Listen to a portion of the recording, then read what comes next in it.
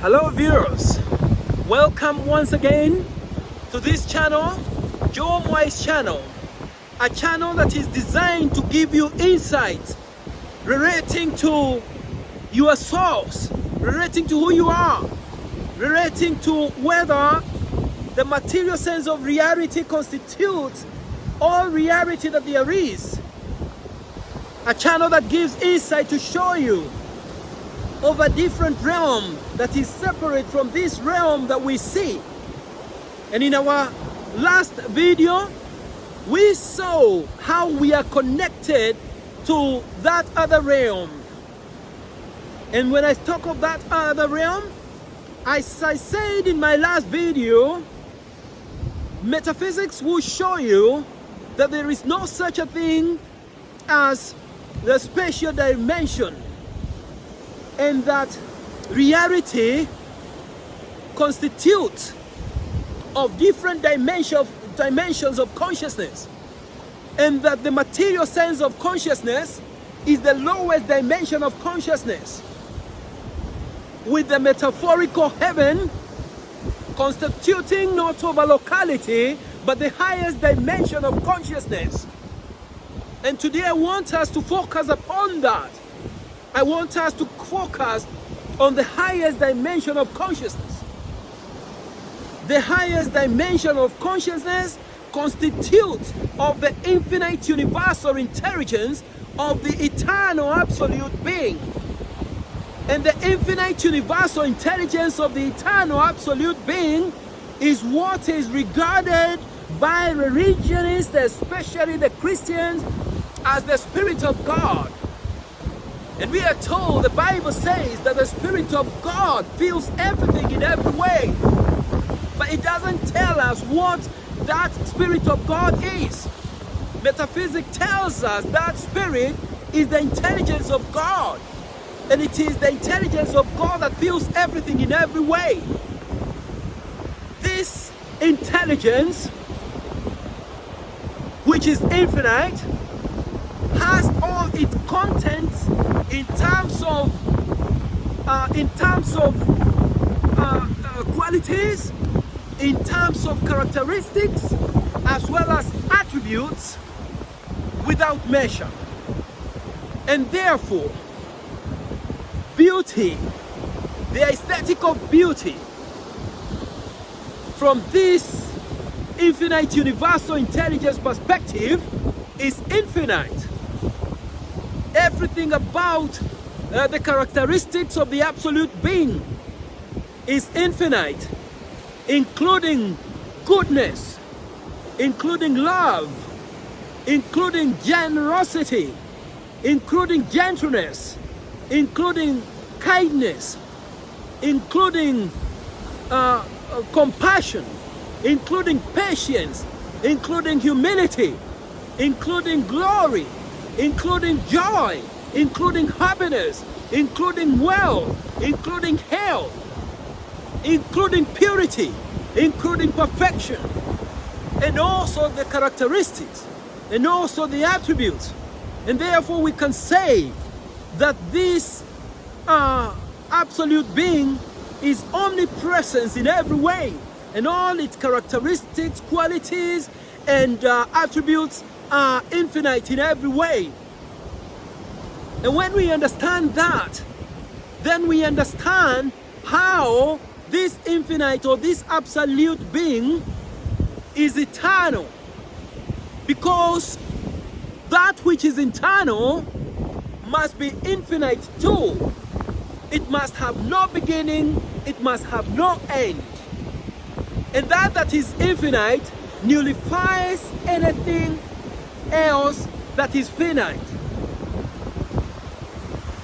And what that implies, and we are going to see that in great depth, is that from that metaphysical perspective of the eternity and infinitude of the infinite universal intelligence of the eternal absolute being, a material sense of reality is delusional. It's an illusion. Anything that is external to that infinite intelligence must be illusional. It must be illusional because that intelligence that is internal is both eternal as well as infinite. And I have shown in my previous videos that that which is infinite must be infinite in every way. Must have no beginning, must have no end. Occupies everything in every way. Occupies all dimensions in every way. The dimension of infinitesimality, where something grows smaller and smaller and smaller, but its infinitesimal nature, it goes smaller and finer without coming to a point, without coming to an end. And that is infinitude grows larger and larger and larger without coming to a stop. And in every way. And in that regard, infinity obliterates finitude. And therefore we can say without a fear that that which is finite is an illusion. It has no reality in relation to the infinitude as well as infinitesimality of the infinite universal intelligence of the eternal absolute being. That is the truth. But because our mind, which has fallen from the grace of the absolute being in the manner that I have expounded, has been swayed and hid ideas of an external nature through the members of the body, the common sense, the five corporeal senses, then the mind has strayed, and from a spiritual perspective can be said to be in a dream state. And to be in a dream state is to be out of the Garden of Eden. But then it shows very clearly that the infinite universal intelligence must then not know anything that is unlike its nature. So anything that is finite cannot be known by that which is infinite. How sure, or what makes me sure about what I say? I say that, and I'll give you an example. And it is a thought experiment. And it relates to one of the greatest scientists of all time, of our time, Albert Einstein, in his discovery of his theory of relativity, where it is said that he sat by the fireside and remembered a comic book that he read when he was around 11 years of age. And the character in the comic was trying to race after the speed of light. So Einstein took the formation of that metaphorical character and tried to race after the speed of light, and realized that no matter how fast he ran, no matter how close he came to the ultimate speed of light,